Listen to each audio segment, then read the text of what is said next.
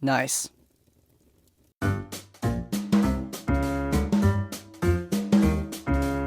So me and my wife started a D&D 5th edition group with some friends of ours. Two of our players were dating at the time. For clarity, I'll call them John and Jane. I've played campaigns with couples before, and they almost always end badly, but this time I was optimistic. When the DM wanted us to describe our characters, I said I was a young warlock, with short black hair with a shock of white in it. Just off this description, Jane thought my character was the most handsome of our group, and her character was always next to me swooning. She played a druid and would morph into a squirrel and ride on my shoulder. We thought it was a funny take on our characters since my guy was stupidly oblivious to her flirting.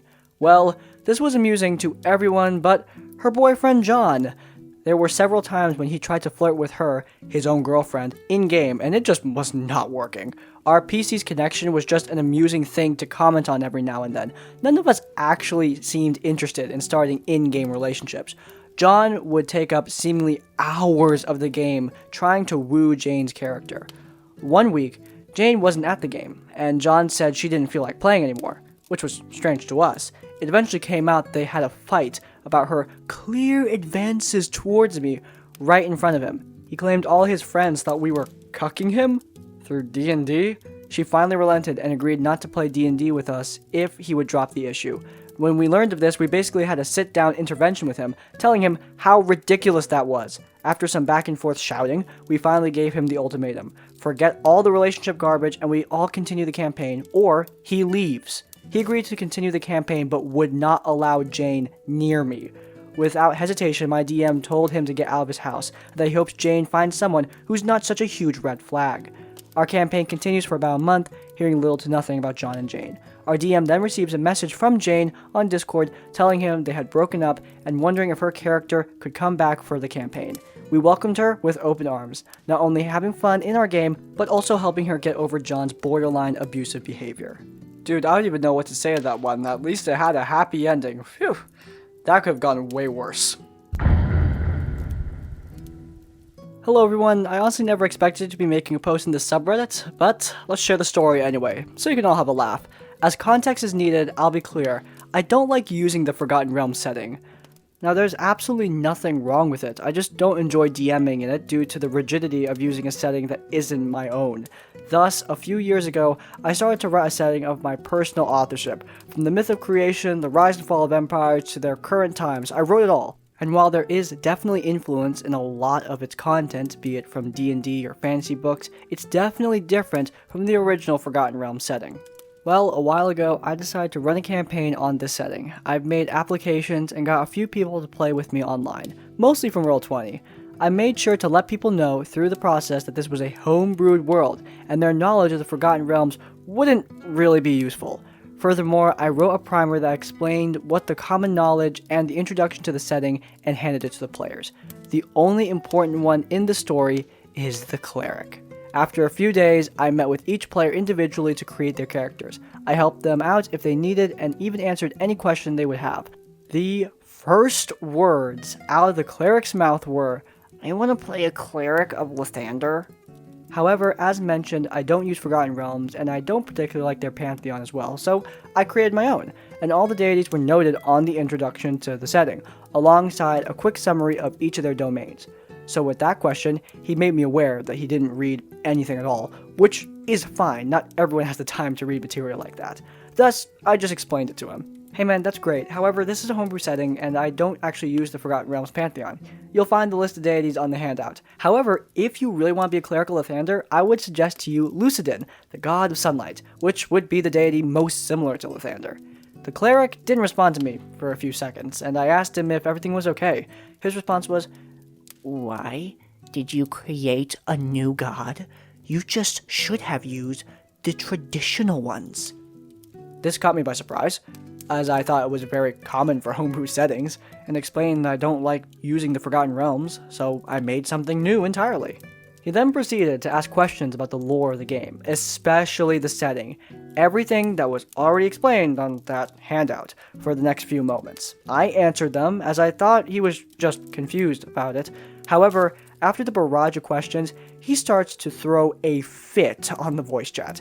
His tone got a lot louder. I just turned down the volume on my headphones, and he started to tell me I shouldn't do any of these things, that the Forgotten Realms was the official setting for a reason, and that I needed to make sure I used it, and the players weren't confused. He then proceeded to tell me about how I was tricking people into getting into a game they wouldn't know and wouldn't have fun in. I sat there and listened to him. I have endless amounts of patience, and after his fit was over, I just said, well, since you're finished, thank you for your interest, but we're not gonna have a great relationship as a player and a DM. Have a great day, and I hope you find a game that deserves you. Then I closed the voice chat, kicked him, and blocked him from Discord. I did receive quite a few angry and insulting private messages in Roll20, but I just laughed at them. Well, it's not the worst story out there, but I thought you guys would find it as funny as I did. Have a great day. Cheers.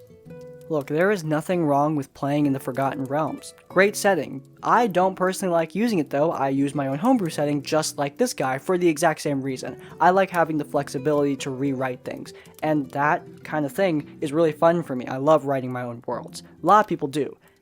And this is where the story gets really confusing for me. Why in the hell would you go to a homebrew game with a homebrew world expecting it to be not a homebrew game with a homebrew world? I mean, seriously, I do not understand this guy's logic or his thinking. I mean, the obvious conclusion is he doesn't have logic or thinking, but still, I mean, what did he expect the guy to do? Advertise a homebrew game and then actually be Forgotten Realms just to cater to his love of the original official setting? This might be more confusing than that foot fetish guy. Actually, you know what, never mind, I take that back. Look, next story. Pretty mild compared to most of the stuff here, but super frustrating nonetheless. Campaign and characters/classes, they don't matter much. Basically, me and my adventuring party of 5 were fleeing a crumbling temple before we had gotten a chance to properly loot the place. Some monsters were chasing us, so we were in initiative order. On our way towards the exit, we happened to pass through a large room filled with loot. All of us wanted to grab some stuff, but the first 3 members of the party decided to use their turns running through the room and spending an action on something else. Come to my turn. I have my paladin use his movement to run to the other end of the loot chamber, then I decide to spend my action casting Detect Magic. 3 things in the room register as magical, and since I don't have movement or an action left, I call out to our 5th party member, the druid, and point to where the things are and tell them to grab them on their way. His turn. He does that. Boom, success. We're all excited. Up to this point in the game, we haven't really received any magical items at all, or so we thought, more on that later, but this was a big deal for us nonetheless. Well, we get to wherever and decide to set up our camp, and the druid asks if he can start attuning to the 3 items to learn what they do. Our DM, bless him, is currently trying to encourage him to spread the items amongst the group, so he tells the druid no, he can only tune to 1 per rest anyway. Then he asks the druid if he would like to give the other 2 to other people so they can learn what they do. The druid goes, nope, I want to keep them all for myself and find out what they do first. The rest of us, including the DM, are silent. All of our characters are right there watching him start to attune to the magic sword, and my character especially knows that there are at least 2 other objects. So in character, I ask him if I can see one of the other items to find out what it does. Again, he goes, nope. Now, usually, I try not to do anything even remotely PvP, but no one was saying anything, and I was super annoyed that we wouldn't even have these items if I hadn't wasted my turn casting Detect Magic and working as a team, and now he's really turning around and trying to keep them all for himself.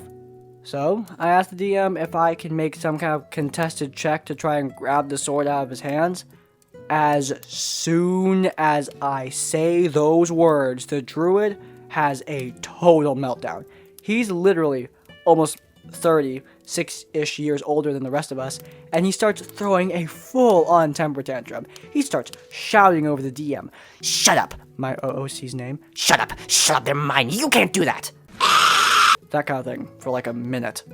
Finally, the DM gets a word in, and agrees with me and says I can make the check. He's clearly on my side, but as fate would have it, I failed the roll. So the druid kept all 3 items, learned what they did, never shared them with the group, forgot about them, and literally never used them one time. I don't even know what the other 2 items were at this point, but I at least knew he got a crazy cool sword, and he doesn't even use swords, and he never gave it to anyone else. After the game, the DM and I talked, and he was feeling the exact same way as me. We just had never had this kind of situation before, and he didn't know what to do, which is fair. But here's the kicker.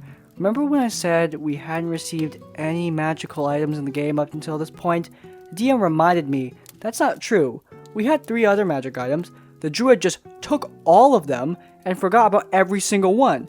One was a lantern of revealing, one was some kind of shape-shifting necklace, and one was a ring of the ram, and the druid was allowed to start the game with it. So, yeah, for a while we had 5 players, and 6 magic items, and every single one was in the hands of 1 player, and the only one he ever used was that ring of the ram. It's been several months since this, and the DM has definitely balanced things out. But every so often, we encounter something that looks even remotely valuable, and the druid jumps at it before the DM even finishes speaking. Thankfully, at this point, the entire party is prepared enough to shut him down altogether and tell him he needs to share. Look, I empathize with the first-time DM here. I have no idea how I'd handle this situation if I'm right off the cart, especially someone as confrontational as that. It can be difficult, but yeah, that went on far too long. Look, I understand. I totally get it. If you're a first-time DM, this is hard to handle. But I'm glad that eventually this DM managed to rein in this player and get the party together to sort of force them to share. I hope that this player has some redeeming qualities, because otherwise I have no idea how I would justify keeping them in the game, considering that if you yell at me, you're out. That's just how it works. You can't have that kind of toxicity at the table, and usually that's what I'd advise. But if you can avoid breaking up a group, then I advise you do that instead. So, at least they got to keep everyone together. For better or for worse. Over the summer of 2019, I ran a Vampire the Masquerade game at my university's D&D club. I got the book on sale and wanted to give it a try, so I wrangled some players and got the game going. First issue that I ran into was there were only 2 games running that summer. Mine, and one of the club officer's 3.5 games. The problem? Nobody on campus liked 3.5, and so nobody ever showed up to that guy's game, leaving the officer running the meetings with nothing to do. He expressed a strong distaste for systems focused on role-playing rather than combat in the past, and joined my game, a Vampire the Masquerade, begrudgingly. Now, for some backstory, in my world, my players woke up in a city as vampires after being unconscious for 5 years. It was a part of this grand mystery I was working on. All their families presume that the players are dead. The player decided to play a richer, cockier version of himself.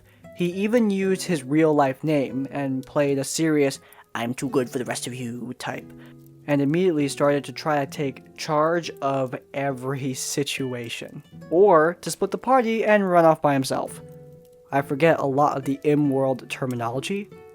Wow, not knowing terminology in Vampire the Masquerade?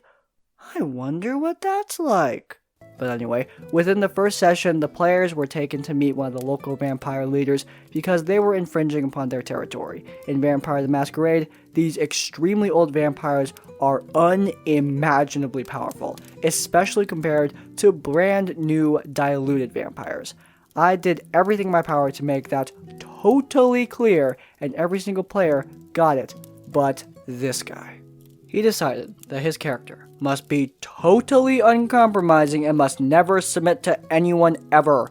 He starts bad-mouthing this leader to his face and refusing to cooperate with the rest of the party. His hand was cut off. He seemed upset, and so I agreed to retcon the entire encounter, as I was more concerned with people having fun at this point than dishing out consequences. Well, throughout the game, he continued to split the party, making my job a hell of a lot harder and trying to claim access to billions of dollars in resources even though he was pronounced dead before the game began. And even though I told him before the game started that he would break the scenario and that we couldn't do that, I told him no every time to his money grubbing. Wow, it's almost like taking away the consequences made him think he could do whatever he wanted. Who could have predicted this? Anyway, finally telling him no is where I messed up. He went for about 5 minutes as we all kept on playing before shouting, "Screw this!" and walked out of the room. About 10 minutes later, he comes back and shouts, "Why the hell do you hate me?" I calmly explain that I don't, and that the ability to get billions of dollars wasn't allowed under my reading, and that I haven't been singling him out. He was going out of his way to try and receive special treatment, or ignore certain aspects of the world to the detriment of the whole party. He breaks down and shouts, "Screw you!" and continues to do so over and over and over again. All 6 of the players just staring at him blankly. Finally, I tell him, "Get out. You can't play with us anymore, dude. You're being a child." He screams back, "No, you're being a child!" and then hops on the club Discord and removes my rights as a DM, and then rage quits the whole event for the summer so that no one can meet at all. The club president sided with us and gave me back my DM rights, as well as appointed another officer to run the game so that we could meet. But by that point, the damage was done, and I just didn't feel like running the game anymore. One of the other players had a panic attack that night over all the screaming, and several of them were harassed by him over private messages. This was one of the least... What's the other ones? My god, man. Anyway, this was one of the least pleasant RPG experiences I have ever had, and this guy was over a decade older than the next oldest person in the group.